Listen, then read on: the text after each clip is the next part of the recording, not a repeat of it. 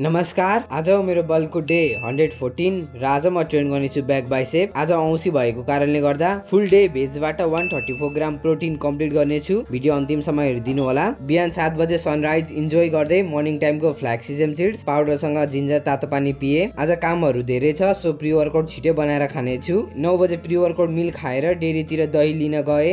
आएर गमलामा एउटा बिरुवा रोपे। यसले गुड एमाउन्टमा अक्सिजन दिने गर्दछ। मेरो वर्कआउट प्लेसको लागि पर्फेक्ट हुनेछ। 11 बजे वार्म अप गरेर वर्कआउट सुरु गरे। ब्याकको लागि पुलअप्सको 4 सेट, डम्बल रो र पुलओभरको 3 सेट, रिभर्स फ्लाइको 2 सेट, बाइसेपमा डम्बल कर्लको 3 सेट, ह्यामर कर्लको 2 सेट लगाएर आजको वर्कआउट सके। आफ्टर 10 मिनट 1 स्कुप क्रेटिन लिए। आफ्टर 1 आवर 300 ml कर्डसँग पोस्ट वर्कआउट मिल कम्प्लिट गरे। 4 बजे 1 घण्टाको ट्युसन क्लास लिएर 6 बजे स्क्रिप्टिङको काम सके। आफ्टर 1 आवर डिनर कम्प्लिट गरे। सुत्नुभन्दा अगाडि अश्वगन्धा लिए र आजलाई यति नै। राम्रो लाग्यो भने फलो गरिदिन नभुल्नु होला। Thank you so much, love you all र भोलि भेटौँला।